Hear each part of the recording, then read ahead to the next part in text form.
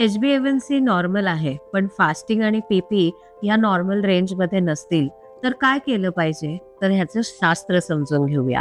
HbA1c म्हणजे आपली average sugar, 3 महिन्याची ॲव्हरेज शुगर. पण आता जेव्हा आपण फास्टिंग आणि पीपी म्हणतो, त्या लेव्हल्स म्हणजे आपण त्याच्या आधी काय खाल्लेलं आहे, आपले इन्सुलिन किती प्रमाणात सिक्रेट झालाय, या सगळ्याचं ते गणित असतं. मग काय केलं पाहिजे फास्टिंग आणि पीपी कंट्रोलमध्ये ठेवायला? तर तुम्हाला दिवसभरामध्ये ज्या शुगर स्पाइक्स होत आहेत, त्या टाळल्या पाहिजेत. कारण या शुगर स्पाइक्समुळे शरीराच्या बाकीच्या अवयवांना त्रास होतो. या टाळायच्या असेल तर तुम्हाला सतत तुमच्या शुगर्स काय आहेत या ट्रॅक करणं गरजेचं आहे.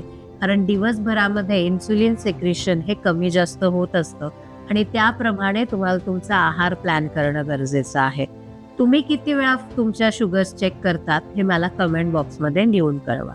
धन्यवाद.